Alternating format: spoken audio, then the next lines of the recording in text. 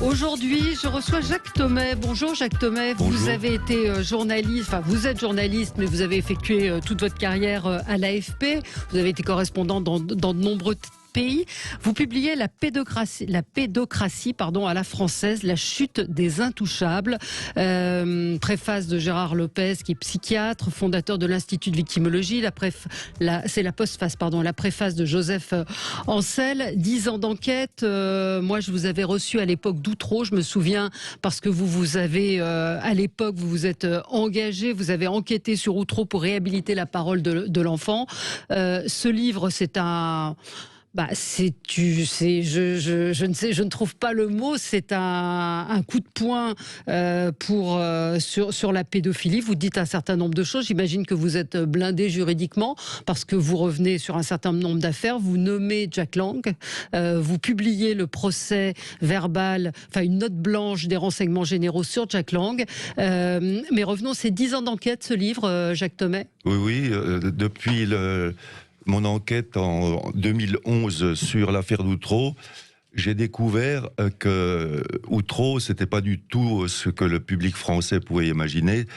C'est en fait une énorme manipulation. J'avais passé 4 mois, à raison de 10 heures par jour, à étudier les 30 000 pages du dossier judiciaire, toutes les cotes, les annoter, et j'ai découvert que c'était une énorme manipulation.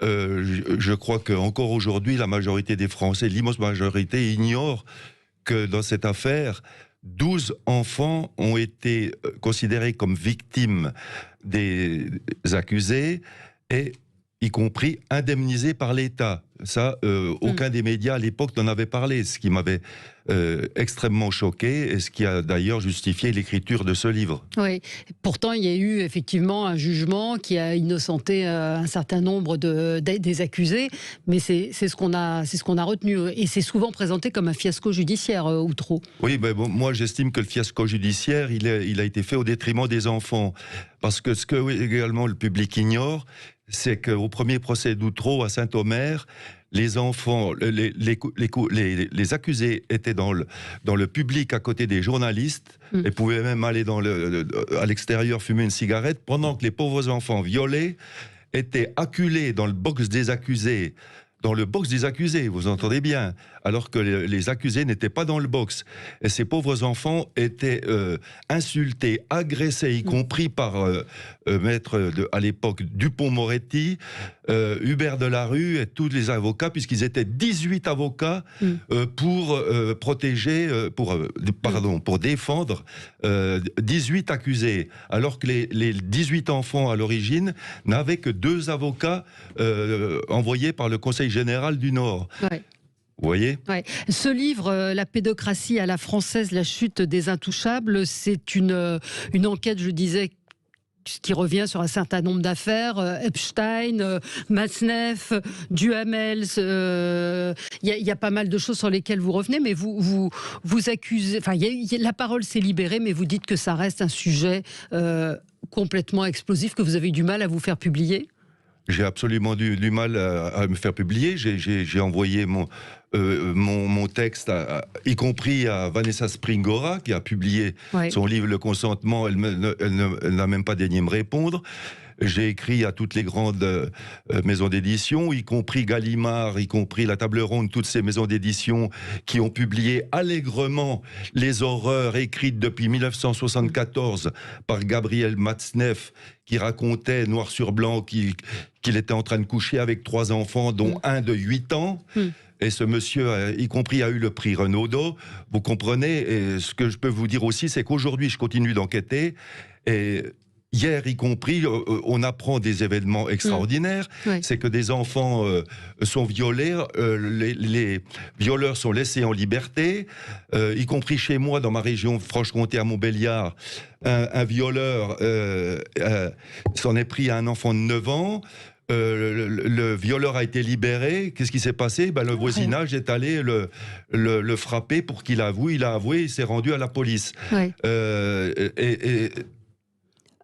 Alors, vous avez la question de la médecine. Le Conseil de l'ordre fait partie de ces instruments extrêmement je pèse mes mots, coupable justement au minimum de laisser aller.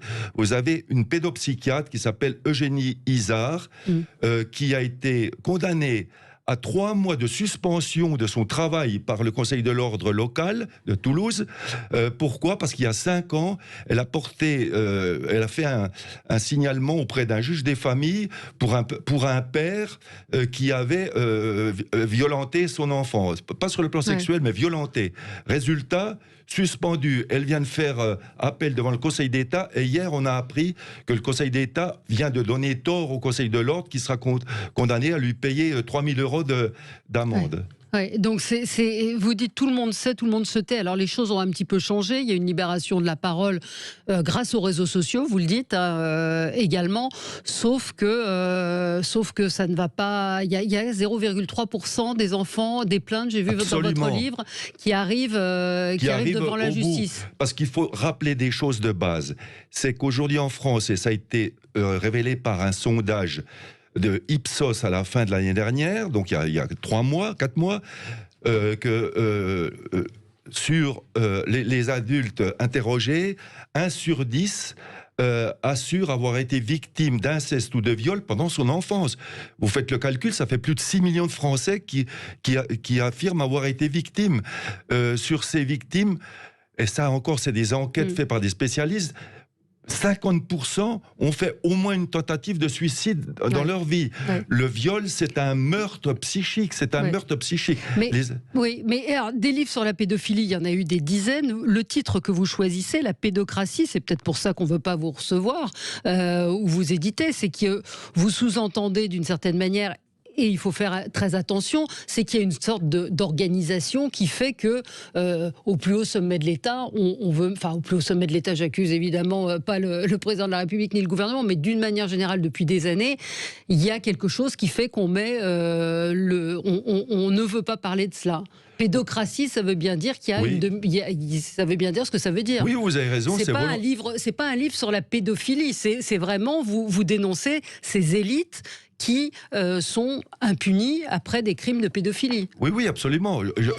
Je considère qu'il y a des structures dans tous les secteurs de la société qui, au minimum, ferment les yeux ou laissent aller, ou sont indifférentes, ou sont complices par omission, parce que je rappelle que la non-dénonciation de crimes est justiciable. Donc, il y a réellement un grave problème à ce niveau. Vous avez l'affaire Joël Le Squarnec, qui est ce médecin le plus grand pédocriminel, parce qu'on ne dit pas pédophile. Non. On n'utilise plus le mot pédophile. Pédophile, vous l'êtes, moi aussi. Les enfants, parce qu'on aime les enfants. Pédocriminel, c'est l'auteur de viol ou de sodomie ou de fellation, y compris sur un enfant. Crime. Donc assise, normalement. Et donc, ces enfants souffrent jusqu'à la fin de leur vie. Mais est-ce qu'il y a, parce qu'il y a aussi, vous le savez, une forme de complotisme qui tendrait à penser qu'il y a une organisation pédocriminelle de tous les États pour couvrir. C'est pas ce que vous dites non plus. Il faut pas tomber. Non, moi j'appartiens au groupe QAnon. Absolument pas. Moi je me base sur des faits. Vous appartenez pas à QAnon. Tous les jours. Non. Absolument pas. Tous les jours. Vous savez, complotiste.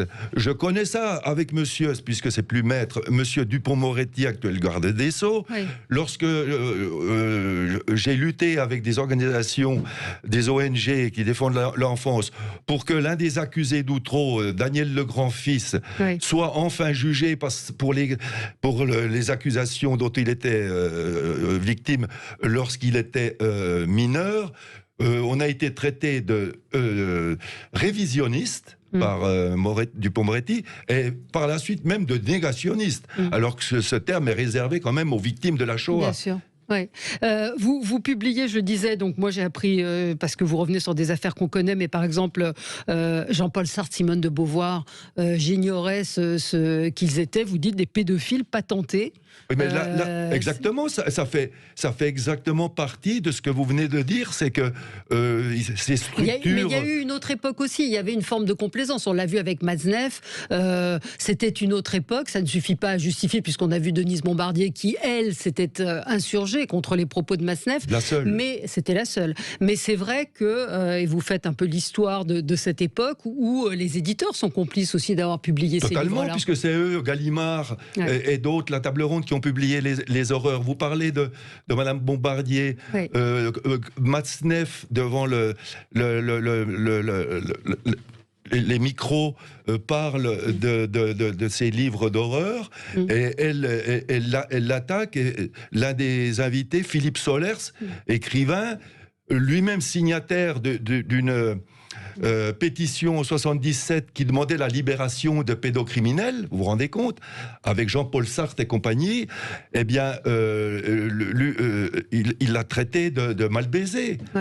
Une dame qui défend les enfants victimes. Alors, un auditeur dit ça, c'est l'effet Quanon, je ne suis pas client. Non, vous l'avez dit, vous ne faites pas partie du groupe Quanon. Non, absolument pas. Non, et c'est un livre tout à fait sérieux et une enquête très rigoureuse, qui reprend les faits, rien que les faits, encore une fois. Rien que les faits. Cette note blanche, qui est quand même une petite bombe, je ne sais pas si ça avait déjà été publié, qui concerne Jack Lang. Oui, c'est une affaire, de toute façon, qui n'a pas donné suite, puisque les cassettes d'enregistrement qui ont été faites par l'adjudant Candela ont totalement disparu. Et c'est une habitude qui arrive souvent dans les tribunaux, où, comme à Outreau, tous les enregistrements des enfants que j'avais demandé à écouter ont disparu, c'est-à-dire qu'on peut imaginer qu'ils ont été sucrés, censurés. Vous êtes, j'imagine, avec votre éditeur bardé juridiquement contre les plaintes ? Oui, absolument. Ça a été revu par notre avocat. Et nous abordons le futur avec tranquillité. Et toute ma vie, j'ai travaillé pour l'Agence France-Presse dans des lieux souvent difficiles. Et vous savez, on affronte bien d'autres difficultés que celle-là. Voilà. La pédocratie à la française, la chute des intouchables, c'est 10 années d'enquête, c'est aux éditions Faber. Il faut dire que les éditions Faber publient en général des livres autour de l'éducation. Et donc, il y a une cohérence pour eux à avoir publié ce livre. Vous nous avez dit combien c'était difficile pour vous d'être invité aujourd'hui dans les médias. Nous, on se connaît depuis longtemps. Je sais que vous êtes un journaliste intègre, sérieux, grand reporter. Et c'est pour ça que je voulais vous recevoir. Il y a des confessions absolument insoutenables à la fin qui sont terrifiantes, et c'est autre chose qu'un livre sur la pédophilie, c'est-à-dire que vous allez là sur des interrogations qu'on a tous, à savoir pourquoi il n'y a pas plus de plaintes, pourquoi ça n'aboutit pas et pourquoi certains restent impunis. C'est aux éditions Faber, La pédocratie à la française. Jacques Thomet, merci d'avoir été avec nous ce matin sur Sud Radio.